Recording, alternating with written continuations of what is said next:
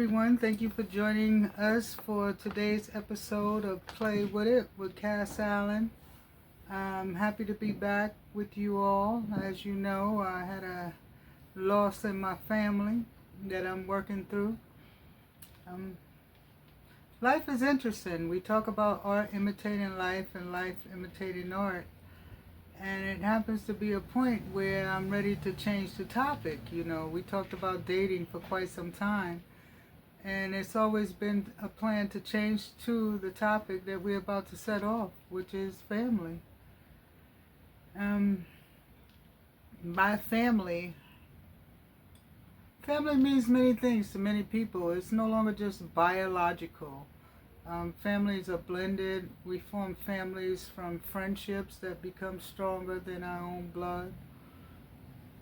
We have blended families from foster care systems and people remarrying into families. We have kids coming out through all kinds of technological advances that are bringing forth the ability to bear children for people who could not. You know, we have children being born under not just nature but science. And by family, I speak to all of those ties. This week, you know, as we always do, we're just going to touch on some of the meanings of that family. Over the next few weeks, we're going to explore those relationships. So today we're kicking it off with talking about the epitome of family, the parent, the seed from which we all come. Whether it's through artificial insemination or natural birth, we all come from somewhere. And our seeds are formed from two others. Now what happens to us once that takes place, that explosion between the egg and the sperm, becomes a whole new world. You know, that determines family. What belly you come out of, whose seed, sperm you're behind, the people that are related along the lineage. For a lot of us, that umbilical cord is a tie that cannot be broken, even though scissors cut it during our natal birth. There's usually a spiritual connection to our mothers that is undeniable. You know, many of us have faced relationships with our parents, good and bad. And sometimes those relationships change throughout your years. You may start off with a good one and end up with a bad one. You may start out with a bad one, end up with a good one, or something in between, you know, depending on how we feed each other. Your parents feed you from day one. In particular, your mother. You know, your father feeds you, your mother feeds you, is how I see it. Because you grow in your mother's womb. Your life is, the first 9 months of your life are based on how your mother eats, not your father. Your father could smoke crack after he sees you and it won't affect you, but let your mother do it. You know, which is why I speak of a bond that is undeniable and has nothing to do with a relationship necessarily. You know, it's about you both are taking in the same energies from the time you begin your twinkle, like I said, from the time your parents fuck, or not even your parents, just two people fuck to create you. From that moment, you're dependent on your mother's health. You know, you're dependent on how she's already been taking care of herself before she even knows of your existence. You know, was mommy hooked on anything harmful 5 months before she conceived me? And I'm not here to convince anybody of anything, but for me, I feel that these are some of the reasons that make a child's relationship to their mother more interesting. And we're not talking about the exceptions, you know.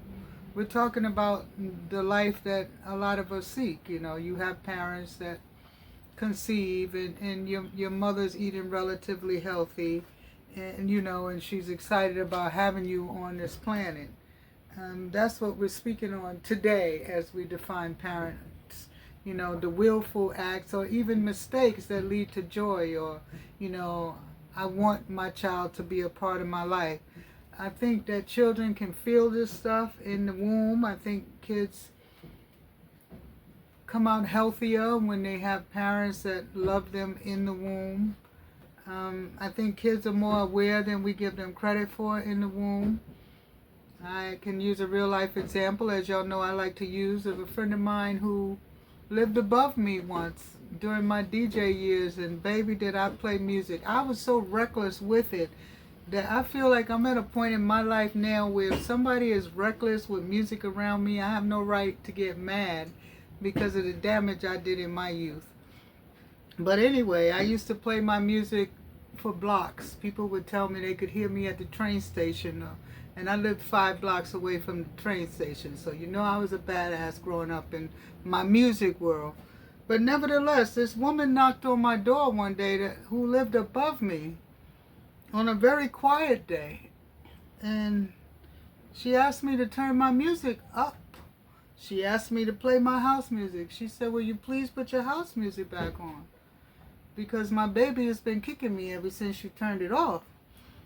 And I did, and she thanked me and said her baby was quiet again. So obviously that baby could hear the sounds, regardless of the fact that there was flesh partition separating this baby from the entry into this universe. The baby is aware. I think those of us who are lucky enough to be surrounded by women in particular who are giving birth, as I said, that's who's carrying you around all damn day in her pocketbook, in her stomach, is you. You're exposed to every sound that she's exposed to, every whisper when she cries, you know. I think as children we don't necessarily understand these things insofar as giving them words, but we are little spirits, you know, hugging on to these women who have chosen to bring us into this world, good, bad, or indifferent. And that's what we're talking about with parenthood. I think, you know, like I said, over the weeks, we're really going to go into depth of how these relationships affect us, you know. I've met people in their 50s, 60s, and 70s that are just as affected by their parents emotionally as they were 5, 6, or 7. Their parents still have the ability to get them to cry, to laugh. Their word is still so important in their lives. Some of them have really bad relationships with their parents for a number of reasons that we'll go into later.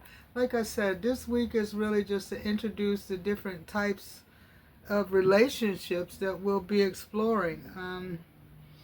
By parent, I speak to all of them. It could be through adoption, a blended family, a foster, step, any guardian that's been a part of your life, basically 18 and under, someone who is representing your life. You know, obviously the biological parents are the first thing we think of, but we all know, because my circle contains people who are given birth to and then transferred somewhere else, you know, and never get the opportunity to learn of their biological parents, or if they do, it's at much a later point in time. So when I speak of parent, I also speak of guardian in the conversation. Y'all know I like to set the context of what we're talking about so we're all on the same page.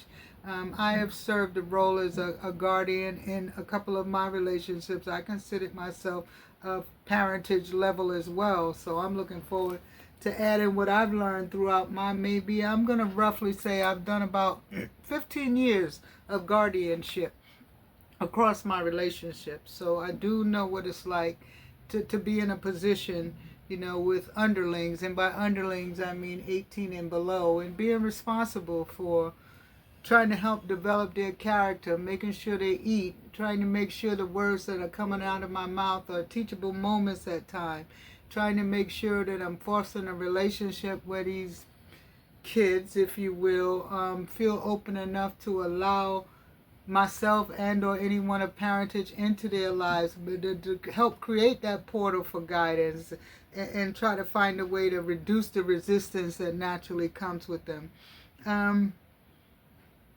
I used to say you can't choose your parents, but that's not really true. You can choose your parents. You know, you can choose who you allow to be in your life. If I'm 12 years old, as an example, If I'm 12 years old and my parents are abusive, I can choose to call for help. I can choose to have them removed from my life. Now, I may not be able to choose the parents that come along, but to a degree I might. I might be sent to 5 different foster homes and decide I don't want to be in them. So I do have some type of control over my situation if I have the strength and the wherewithal. But again, like I said, we'll be discussing these things at a future time. But I'm not going to take long with this insofar as parentage, but start thinking about yourself as a parent. Start thinking about the people who parented you. You know, a lot of people I speak to who are parents, I tell them, you know, you don't have to be a parent to know about parenting. If you've had a parent, you know what it feels like to have a good parent. You know what it feels like to have a parent who gives you good guidance. You know what it feels like to have a parent who overly disciplines you. You know what it feels like to have a parent who's abusive, whether it's verbally or physically. So you don't have to be in the position of one to know what a good one is. I personally think, you know, and I'll speak to my own example, not just as someone who has experienced parentage for a little bit of time, but as one who I had my biological parents in my life. I know who they are, and I got the privilege of spending some time with them. I know what it's like to have a good parent. I know what it's like to compare my parents to other parents in the world. The neighbors across the street from me during my youth, I'll say neighbor, it was a single woman who sold her daughter to all the men on the block. Her daughter used to run away, and the rest of us kids would sit on the stoop and watch her break out the house and start running down the street and get caught and snatched back in the house so the next man could pay for some pussy. And guess who caught her? Her mother. My mother never did that to me. My mother gets a brownie point just for that. You know, I've watched kids get beaten till blood came out of them. I had a friend who was tied to a radiator as a punishment, you know, for her wanting to go outside and play handball. I didn't have that with my mother. You know, there's so many misfortunes that some of us sometimes forget to stop and take a look around us and rate ourselves against what's happening around us. There was a time, as most kids, where, you know, we all go through our Mimi complex. I wish I had more of this. I wish I had more of that. I wish we had more money, blah, blah, blah. But looking back in my life, none of that shit meant anything. I had food every day. I had warmth when it was cold, and I had cool when it was too hot. I had a place to lay my head. I never slept in a car with my parents. I never ever saw my mother go to jail or my father. I never had to be without. So, you know, it's all relative. Maybe the next door neighbor made twice as much money as we did, and I thought they did because they were rocking that shit, always had fancy cars, fancier, just a little fancier than what we had, you know. But does that really define whether or not you had a good or a bad childhood? No, the fuck it doesn't. You know, I suggest y'all get ready because we're going to have some fun on this, but we're going to come back to this next week. This week, we're just going to set the stage for the 5 different primary relationships that we're going to speak on. Because I'm not going into great-grandmothers and super aunties and fourth cousins on this show. Y'all know how I am. I like to keep it a little high level. I picked 4. We've got the parents, the siblings, the grandparents, the aunties, the uncles, and the cousins. Those are going to be our 5 relationships that we talk about over the next few weeks. So, like I said, get ready for me. Thanks for coming back with me today. And have a good day and have a good night. This has been Cass Allen on Play With It.